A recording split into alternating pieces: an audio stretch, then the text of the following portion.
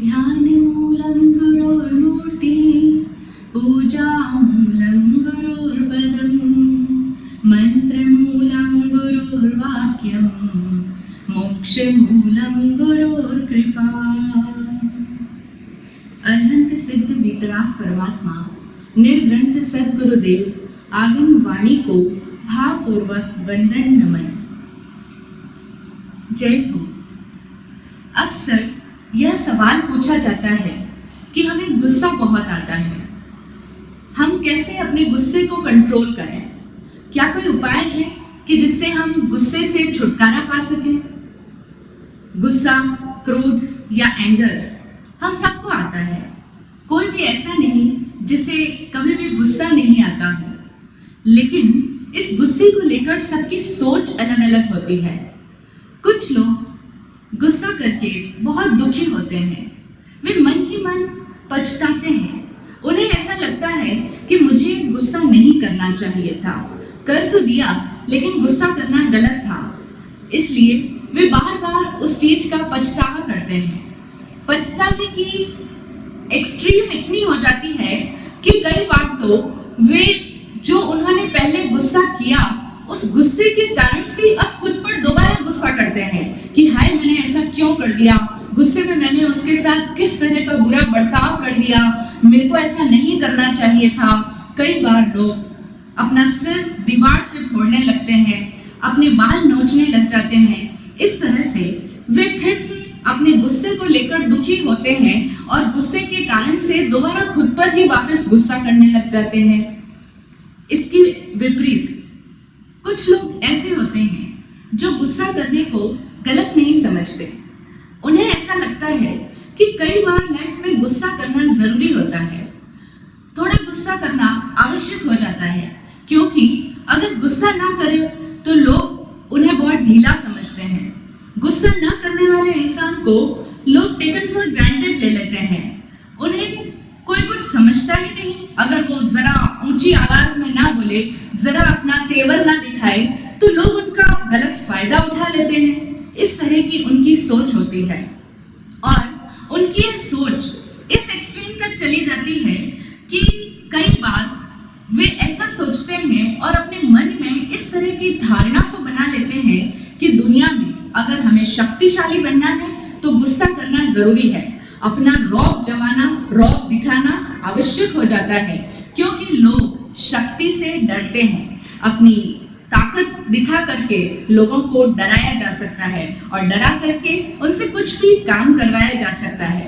ऐसी बहुत सारी कहानियां हमने सुनी होंगी, देखी होंगी, पढ़ी होंगी कि जिसमें लोग गुस्सा करते हैं और गुस्सा करके अपनी ताकत का इस्तेमाल करके लोगों को अपने प्रति समर्पित कर देते हैं और उनकी यह धारणा लोग भी सत्य साबित करवा देते हैं।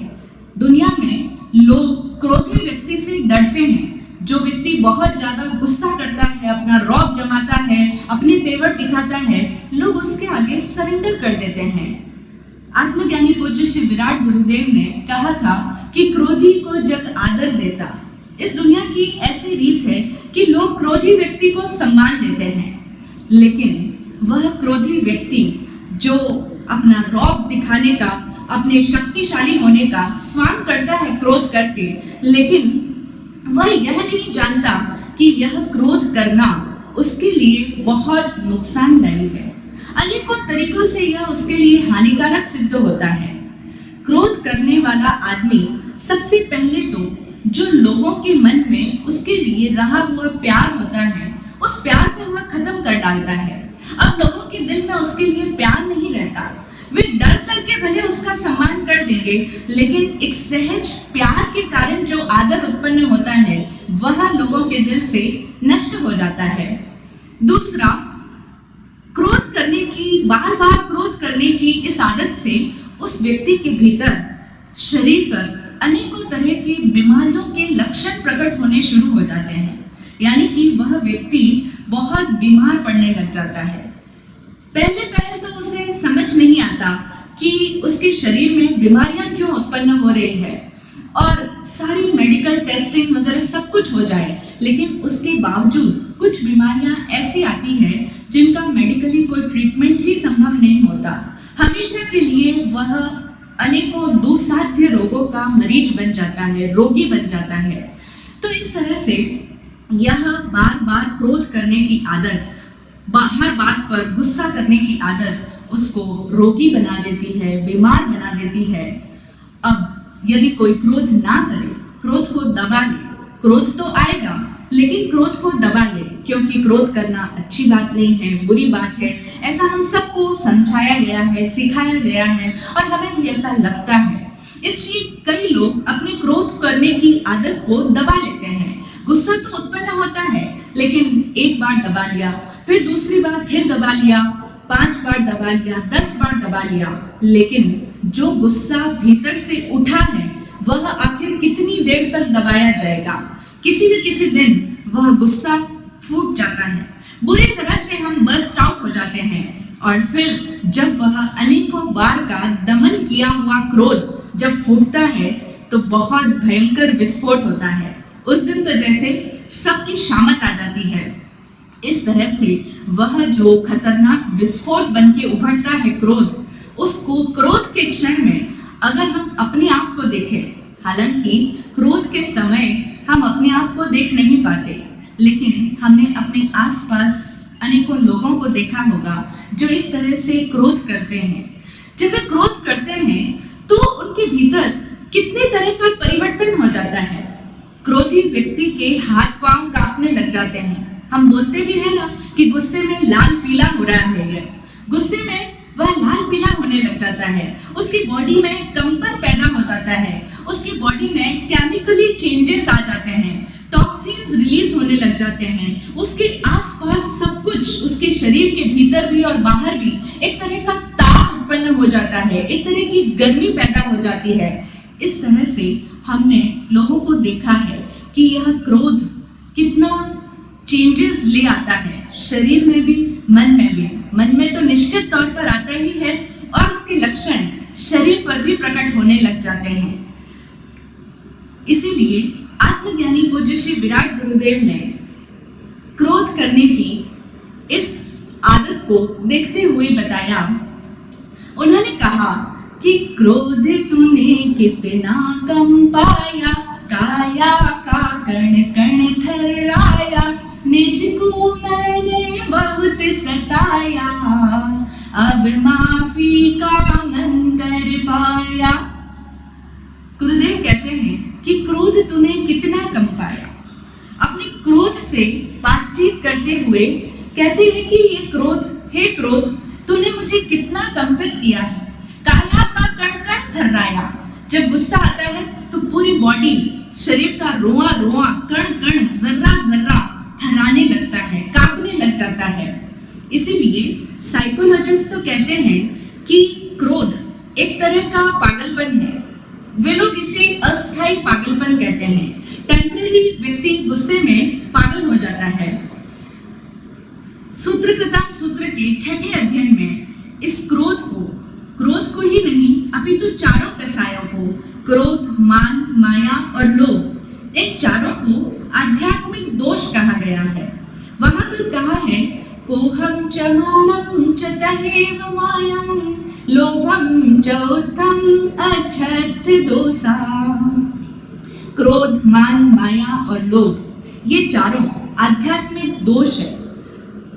मनस्विद इसे मानसिक दोष कहते हैं, मानसिक रोग कहते हैं और आध्यात्मविद इसे आध्यात्मिक दोष कहते हैं। कुल मिलाकर यह क्रोध एक तरह की बीमारी तो है ही, एक तरह का रोग तो है ही, शरीर के लिए भी, मन के लिए भी और आत्मा के लिए भी। इसीलिए तो गुरुजी ने कहा कि क्रोध तूने कितना कम पाया, काया का कण कण थर्राया और निज को मैंने बहुत सताया। ये क्रोध कर करके मैंने स्वयं को, अपने आप को बहुत बार सताया है। क्रोध करके व्यक्ति अपने आप को ही सताता है। क्रोध करने वाला व्यक्ति दूसरों का नुकसान तो बहुत बाद में करता है, सबसे पहले वह अपना खुद का नुकसान कर डालता है। जिस तरह माचिस की तीली होती है, वह सबसे पहले खुद जलती है, उसके बाद ही उससे कुछ दूसरा जल पाता है। उसी तरह से क्रोधी व्यक्ति की स्थिति होती है। क्रोधी व्यक्ति पहले अपने मन में जलता है, उसके अपने और उसके बाद ही वह दूसरों को आग लगा पाता है। इसीलिए इस क्रोध के कारण मैंने अपने आप को बहुत सताया है। क्रोध से हम किसी और का नुकसान तो नहीं करते हैं, वह बहुत ही सेकेंडरी बात है, लेकिन हम अपना इतना बड़ा नुकसान कर लेते हैं कि जिसको हम जानते ही नहीं, हम पहचानते ही नहीं कि क्रोध करके हम अपना कितना भारी नुकसान कर रहे हैं। और यदि हम जान जाएं कि निज को मैंने बहुत सताया, तो हम इससे छुटकारा पाने के लिए प्रयत्न करेंगे। आगे गुरुदेव कहते हैं, अब माफी का मंत्र पाया। अब अगर मैं समझदार हो पाऊं तो देखूं कि अब मैं माफी को अपना लूं। माफी का मंत्र अब मुझे मिला। अब मैं जान पाया कि माफ करने के द्वारा ही मैं इस क्रोध से छूट सकता हूँ। माफी के अलावा और कोई तरीका नहीं है इस क्रोध से छूटने का। सूत्र कहते हैं कि क्षमा द्वारा क्रोध को जीते। क्षमा से क्रोध को जीता जा सकता है। हाल ही रिसेंटली हमने कुछ दिनों पहले ही क्षमापण पर्व मनाया है। क्षमापना दिवस पर, संवत्सरी महापर्व पर हमने क्षमा की साधना की है। हमने सबसे माफी मांगी है और सबको माफ किया भी है, लेकिन शायद कहीं कोई भूल रह गई। इसीलिए तो हर साल हम क्षमा मांगते हैं, क्षमा करते हैं, किंतु उसके बावजूद हमारा क्रोध यथावत रहता है। क्रोधी व्यक्ति की आदत क्रोध करने की नहीं छूट पाती। गुस्सा ज्यों की त्यों हमारे मन में अभी भी बना हुआ है। जब सूत्र कहते हैं कि क्षमा करने पर क्रोध से मुक्त हुआ जा सकता है, तब फिर क्या कारण है कि हम क्षमा करने के बावजूद गुस्से से तो नहीं छुटकारा पा सके? गलती कहीं तो हुई है, और वह गलती हमारे ही भीतर हुई है, हमसे ही हुई है। हम क्षमा को सही अर्थों में शायद नहीं समझ पाए, ठीक तरीके से क्षमा कर नहीं पाए, इसीलिए हम गुस्से से भी नहीं छूट पाए, हम अपने क्रोध को भी तो नहीं समझ पाए हैं। गुस्सा करते जरूर हैं, एक्सपीरियंस सबको है गुस्सा करने का, गुस्सा सबने किया है, सबको आता है, लेकिन गुस्सा क्या है, क्यों आता है, क्या इसको हमने कभी जाना? क्योंकि स्वज्ञान सूत्र ही एक बात कहता है कि जिसको जान लिया जाता है फिर वह होता नहीं है। जो अवगुण, जो बुराइयां हम जान लेते हैं, उन्हें अच्छी तरह से समझ लेते हैं, जब हम उनके परिणामी हो जाते हैं, परिज्ञाता हो जाते हैं, तो वह बुराई, वह दोष, वह दुर्गुण फिर टिकता नहीं, फिर वह समाप्त हो जाता है। जान लेना मात्र ही बंधन से छुटकारा पा लेना है, तब फिर हम उसको जान नहीं पाए। आज हम इस क्रोध को जानने का कुछ प्रयास करते हैं, क्रोध की चीरफाड़ करते हैं, क्रोध का एनालिसिस करते हैं, टुकड़ों टुकड़ों में हम बांट बांट करके क्रोध को समझने का प्रयास करते हैं। हम सबसे पहले अपने आप से यह प्रश्न पूछते हैं कि वे कौन से कारण हैं जो मुझसे क्रोध पैदा करवा देते हैं। मैं क्यों क्रोधित होता हूँ, कब कब मुझे गुस्सा आता है। खोजबीन करें, पता लगाएं। खोजबीन करने पर हम पाएंगे कि हमें तब तक गुस्सा आता है जब जब हमें कहीं कोई बाधा मिलती है, जब जब कोई हमें डिस्टर्ब करता है, तब तब हमें गुस्सा आता है। हम बहुत कुछ करना चाहते हैं, हमारे मन में कुछ बात चल रही होती है, हम कुछ करना चाह रहे होते हैं और कोई हमें वह बात करने नहीं देता। कोई भी कहीं भी किसी भी तरह की बाधा जब हमारे सामने उपस्थित हो जाती है, कोई भी तरह की रुकावट हमारे मार्ग में आ जाती है, हमारी इच्छा की पूरी करने में जब किसी भी तरह की हिंड्रेंस क्रिएट होती है, तब हमें गुस्सा आता है। इस बात से हम सब अग्री करेंगे, क्योंकि हम सबका अनुभव है। हाँ, हमने कभी इस तरह से अपने आप का निरीक्षण नहीं किया, एनालिसिस नहीं किया, इसलिए हमें आज तक इस बात का ज्ञान नहीं हो पाया। लेकिन अब हम पता कर रहे हैं कि हमें तब तक गुस्सा आता है जब हमारे मन इच्छित के बीच में कोई भी रुकावट डालता है, कोई भी हमारे मार्ग में रोड़े अटकाता है, तब तक हमें गुस्सा आ जाता है। व्यक्तियों पर तो गुस्सा आता ही है, लेकिन हमें तो वस्तुओं पर भी गुस्सा आ जाता है। अगर कोई वस्तु भी हमारे मार्ग में रुकावट बनकर खड़ी होती है ना, तो भी हमें गुस्सा आ जाता है। हम कहीं जा रहे हैं, चल रहे हैं, और रास्ते में अगर एक कुर्सी आ जाए तो हमें उस कुर्सी पर भी गुस्सा आ जाएगा। हम राह में चल रहे हैं और रास्ते के बीच में रेड लाइट आ गई, हमें रुकना पड़ा और हम बहुत जल्दी अब वह रेड लाइट, ट्रैफिक सिग्नल, वह भीड़ भाड़, आसपास खड़े लोग, अब हमें उन सब पर गुस्सा आएगा। क्यों? क्योंकि हमारी इच्छा के बीच में बाधा आ गई है, एक रुकावट खड़ी हो गई है। तो अब हम ट्रैफिक पुलिस पर गुस्सा करते हैं, भीड़ पर गुस्सा करते हैं, ना जाने किन किन चीजों पर हम गुस्सा करने लग जाते हैं। हम एक ताला खोलने का प्रयास कर रहे हैं और चाबी काम नहीं कर रही है, उस चाबी से वह ताला खुल नहीं पा रहा है, तो हम चाबी पर भी गुस्सा करने लग जाते हैं, हम चाबी को भी गालियां देने लग जाते हैं।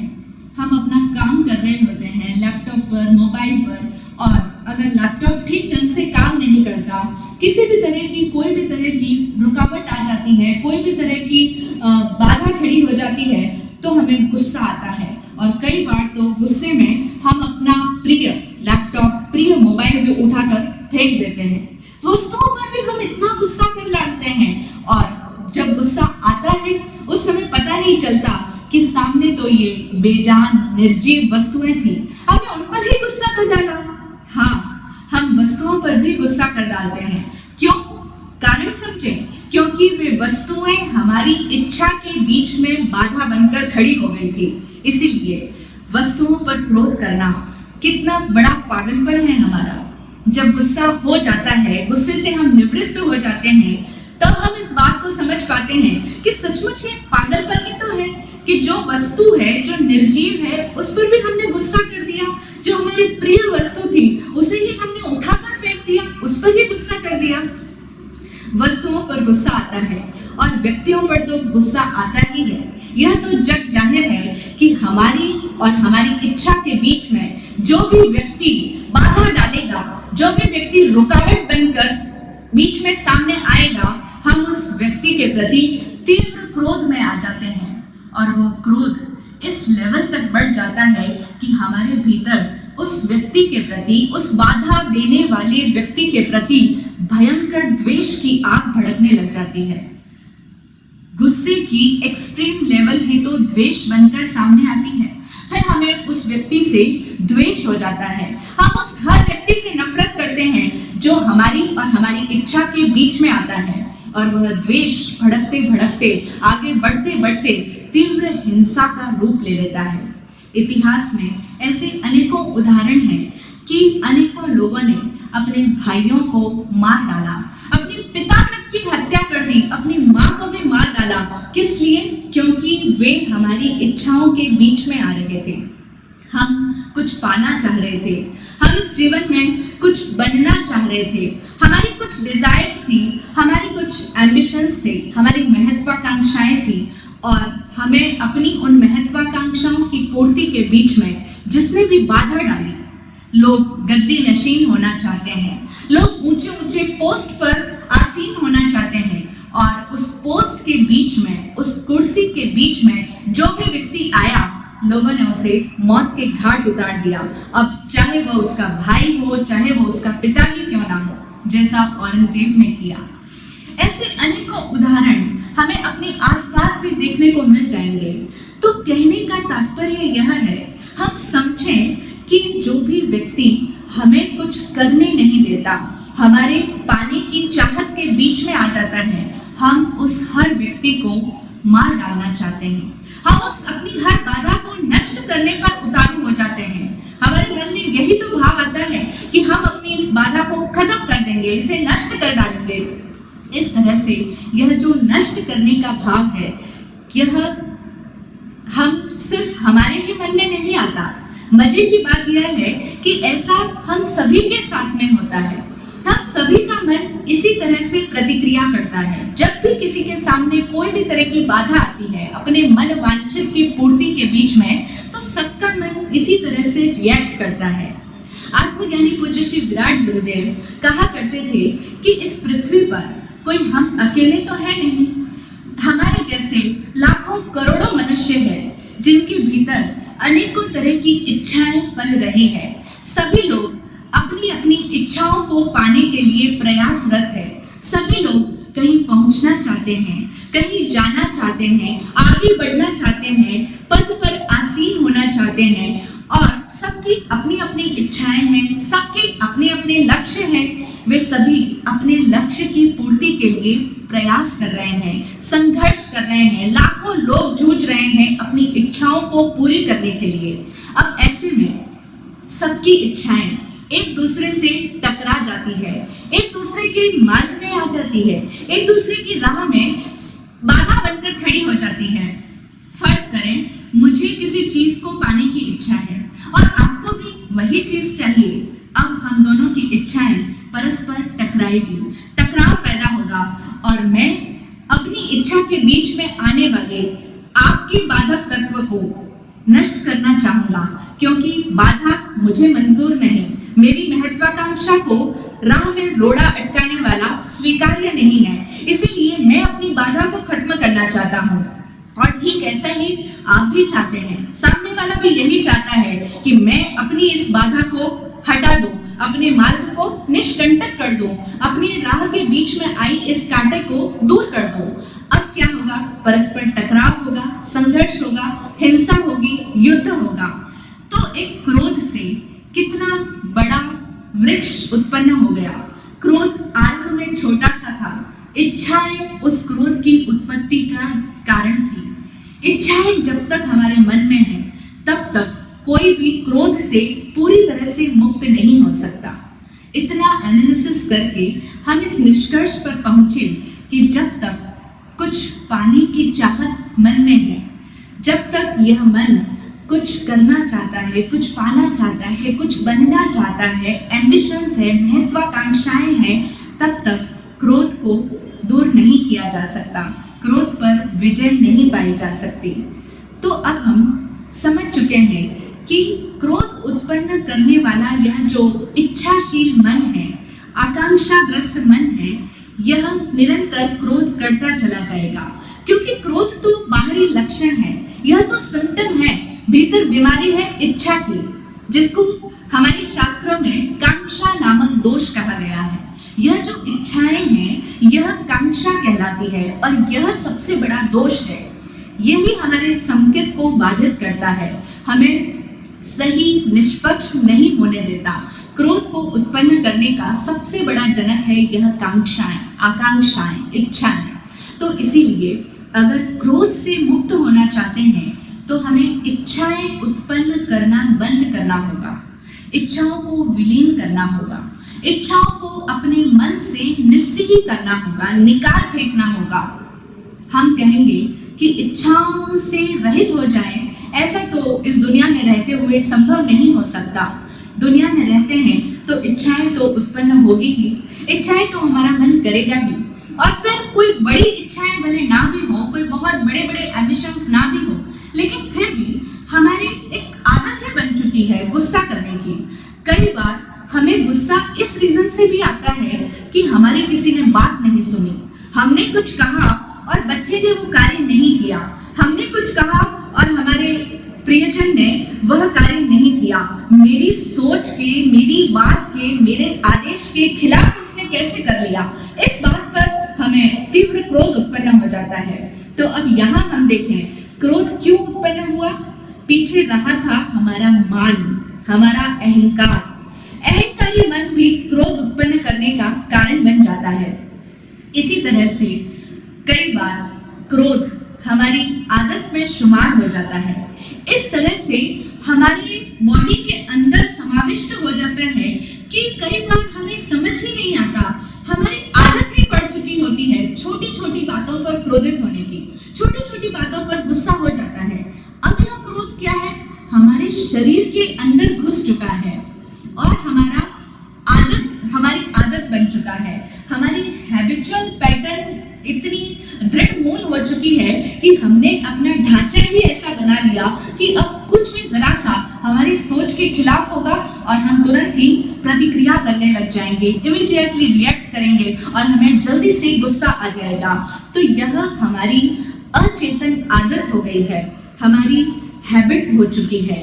अब इस अचेतन आदत से छुटकारा कैसे पाए, जो हमारे शरीर के भीतर तक घुस चुका है, अपने इस फॉर्मेट को कैसे चेंज करें, क्योंकि पूरा फॉर्मेट चेंज करना पड़ेगा। फॉर्मेट ही इस तरह का हो गया है।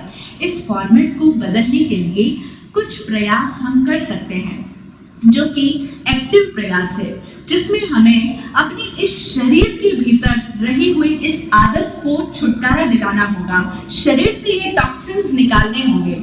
इसके लिए हमें सचेतन प्रयास करना पड़ेगा, क्योंकि यह आदत अचेतन तह से आई है। मात्र इतना कह दें कि गुस्सा करना बुरा है, गुस्सा करना बहुत विषैला है, गुस्सा करने के ये दुष्परिणाम होते हैं, मात्र इन शब्दों से वह आदत से हम छुटकारा नहीं पा सकेंगे। इसीलिए शाब्दिक प्रयास नहीं, एक्टिवली कुछ करना पड़ेगा। वह आदत अचेतन की तहों तक, गहरे तलों तक प्रवेश कर चुकी है।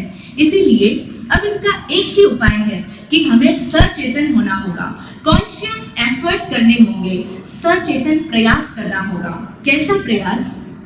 एक प्रयास अपने आप को निर्देशित करें, अपने आप को इंस्ट्रक्शंस दें कि जब जब भी मुझे क्रोध आ रहा होगा, मैं उसी समय 5 लंबी सांस लूंगा, गहरी लंबी सांसें लूं और गहरी लंबी सांसें छोड़ूंगा। अपने आप को बार बार इस तरह का इंस्ट्रक्शंस दें कि जब जब मुझे गुस्सा आएगा, मैं लंबी सांसें लेने का प्रयास करूंगा। शुरुआत में हम भूल जाएंगे, क्योंकि हम सब आदतों के गुलाम हैं, हम सब बेहोशी में जीवन जिए जा रहे हैं, इसीलिए भूल जाएंगे। लेकिन जब याद आए तभी अपने आप को फिर से अपने मन में एक इंस्ट्रक्शन डाल दें। कुछ दिनों के बाद हमें याद आना शुरू होएगा और फिर हम जब भी गुस्सा उठे, मन में जब गुस्से की पहली लहर उठे, तभी अपने आप को चुप करें और लंबी सांस लें और लंबी ही सांस छोड़ें। इस तरह से अगर हमने 5 बार भी कर लिया तो हमारा मन कॉन्शियस हो जाएगा। हमारी वह जो क्रोध की ऊर्जा थी, वह ऊर्जा उस सांस लेने और छोड़ने में रूपांतरित हो जाएगी। हमारा मन एक समय में एक ही बात सोच सकता है। शास्त्र की भाषा में कहें तो उपयोग एक समय में एक ही स्थान पर होता है। इसीलिए जब वह मन कॉन्शियस हो जाएगा तो वह एनर्जी, उसका पूरा फोकस उस सांस लेने और छोड़ने में लग जाएगा। तब हम पाएंगे कि क्रोध की वह लपट धीरे धीरे कम हो चुकी है, क्योंकि जिस समय क्रोध की लपट उठती है उस समय हमें कुछ भी याद नहीं रहता। यह तो हम सबका अनुभव है। उस समय हमारी चेतना विवेक शून्य हो जाती है, विचार शून्य हो जाती है। और उस समय यदि हमने बार बार सतत अभ्यास किया, बार बार इस चीज की प्रैक्टिस करी, लंबी सांस लेने की और छोड़ने की, तो धीरे धीरे यह भी हमारी एक सचेतन आदत बन जाएगी। और फिर हम जब हमारी ऊर्जा उस सांस की तरफ चली जाएगी तो वह क्रोध की आग धीरे धीरे कम हो जाएगी और फिर धीरे धीरे हम पाएंगे कि अब क्रोध बहुत कुछ कम हो चुका है, क्रोध की वह लपट बहुत धीमी पड़ चुकी है। इस तरह से यह एक प्रयास है जिसके द्वारा हम इस क्रोध करने की आदत से शनै शनै धीरे धीरे छुटकारा पा सकते हैं। ज्ञानियों ने एक और तरीका बताया है क्रोध से छुटकारा पाने का। उनका ऐसा कहना है कि जब क्रोध आए उस समय तुरंत रिएक्शन मत करो, क्योंकि गुस्सा आते ही हम बड़बड़ाने लग जाते हैं, हम बोलने लग जाते हैं। तो उनका कहना है कि क्रोध आवे उठे, लेकिन उस समय तुरंत कुछ भी मत बोलो। अगर क्रोध आया है तो अपने आप से कहें कि मुझे 24 घंटे बाद क्रोध करना है। आज क्रोध आया, कोई बात नहीं, क्रोध करूंगा, लेकिन 24 घंटे बाद। 24 घंटे तो बहुत दूर की बात है। अगर हम प्रयोग करेंगे अपने आप पर तो हम पाएंगे कि 24 सेकंड भी अगर हमने क्रोध को नहीं किया, क्रोध को 24 सेकंड भी अगर स्थगित कर दिया, तो फिर वह क्रोध उस रूप में, उस इंटेंसिटी के साथ नहीं हो पाएगा, क्योंकि क्रोध एक गहरी अचेतन बेहोशी है। वह बेहोशी में ही मैकेनिकली ही हो सकता है और एक अंतराल पैदा करके, एक बीच में एक ड्यूरेशन डाल करके हम उस क्रोध की उस लपट को कम कर देंगे। इस तरह से जब वह क्रोध कम हो जाएगा, जब वह आगे ठंडा पड़ जाएगा, जब हम थोड़ा कूल हो जाएंगे, तब हम धर्म चिंतन करें। उस समय हम सकारात्मक सोचें, सकारात्मक चिंतन करें, जिसे कि धर्म ध्यान कहा गया है। चिंतन करें और सामने वाले के नजरिए को समझने का प्रयास करें, उसका पॉइंट ऑफ व्यू क्या है, उसने ऐसा क्यों कहा या उसने ऐसा क्यों किया, उसने मेरे साथ ऐसा बिहेव क्यों किया, उसने मुझे ऐसा क्यों बोला या वो ऐसा क्यों करता है। इन सब का एनालिसिस करें, सब पर चिंतन करें, अपने आप को उसके स्थान पर रखकर सोचें। वह तभी सोच पाएंगे जब वह गुस्से का आवेग ठंडा पड़ चुका है, कुछ शांत हो चुका है, तब हम धर्म ध्यान विचारें। और फिर जब हम सामने वाले के नजरिए को समझने के लिए ओपन हो पाएंगे, फ्लेक्सिबल हो पाएंगे, तब हमारा रहा सहा क्रोध भी दूर हो जाएगा, क्योंकि हम समझ जाएंगे कि क्रोध करना किसी भी चीज का समाधान नहीं है और यह उसका स्टाइल है। अगर वह ऐसा करता है, अगर उसने ऐसा बोला, तो ये कोई उसकी गलती नहीं है, ये एक स्वभाव है, ये वह भी अपने क्रोध से बंधा है, वह भी अपनी आदतों से बंधा है, इसीलिए उसने ऐसा किया। लेकिन अब हमें उस पर क्रोध नहीं आएगा। पूज्य गुरुदेव श्री के भजन की एक पंक्ति है कि ठीक है सब आस्था, संज्ञा से ही जाती नहीं, भूल हो कोई कि मुझको कुछ सता पाती नहीं, ठीक है सब आस्था, संज्ञा से ही जाती नहीं। किसी की भी कोई भी भूल हो, अब वह भूल मुझे नहीं सताती है, क्योंकि मेरे भीतर यह आस्था दृढ़ हो चुकी है कि सब कुछ ठीक है, जो हो रहा है वह सही है। जब हम इस तरह से अपने आप को, अपने मन को आस्थावान बनाएंगे, अपने मन को ट्रेनिंग देनी होगी और हमारा मन प्रशिक्षित किया जा सकता है। यह बहुत बड़ी सुखद बात है कि हम अपने मन को ट्रेन कर सकते हैं, मन को बदल सकते हैं। तो हम अपने मन को समझाएं, बार बार इसे प्रशिक्षण दें कि जो हो रहा है वह ठीक है, उसमें उसकी कोई गलती नहीं है, यह उसका एक स्टाइल है, इसीलिए मुझे उस पर क्रोध नहीं करना है। इसके अलावा और भी बहुत तरह की विधियां हैं क्रोध से मुक्त होने की। कई बार लोग अपने क्रोध को इतना ज़्यादा दबा चुके होते हैं कि वह क्रोध अनेकों तरह का फ्रस्ट्रेशन, अनेकों तरह की लाइफ में प्रॉब्लम्स सामने लेकर के आ जाता है और लाइफ में बहुत तरह के कॉम्प्लिकेशंस हो जाते हैं।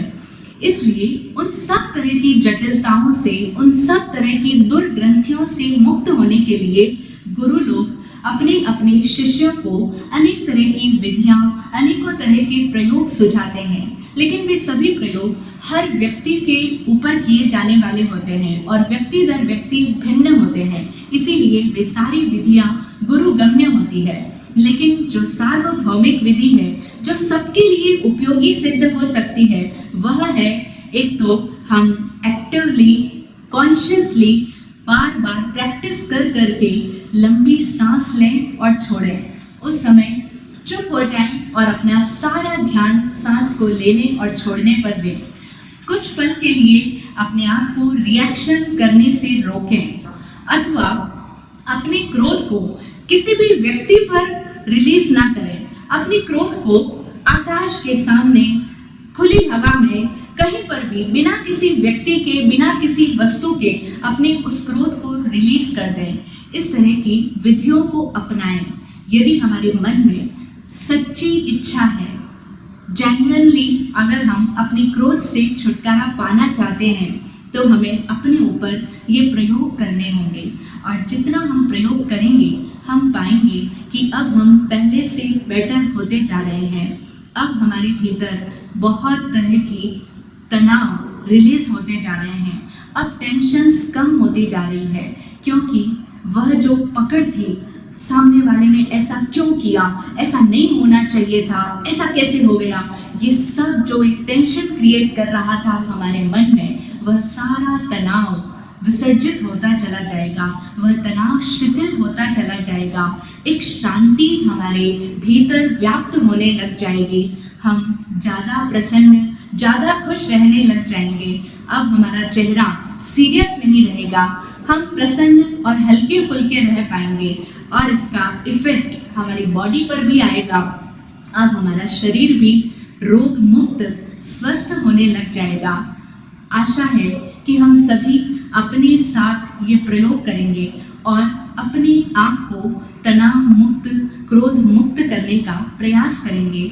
सद्गुरुदेव से यही प्रार्थना है कि हम सब क्रोध मुक्त होने की दिशा में आगे बढ़ें। लास्ट में पूज्य गुरुदेव की भजन की 2 पंक्तियां। छोड़ दो गुस्सा जरा सा मुस्कुराओ, छोड़ दो गुस्सा जरा सा मुस्कुराओ, प्यार को बांटो स्वयं भी प्यार पाओ, प्यार को बांटो स्वयं भी प्यार पाओ। जय हो।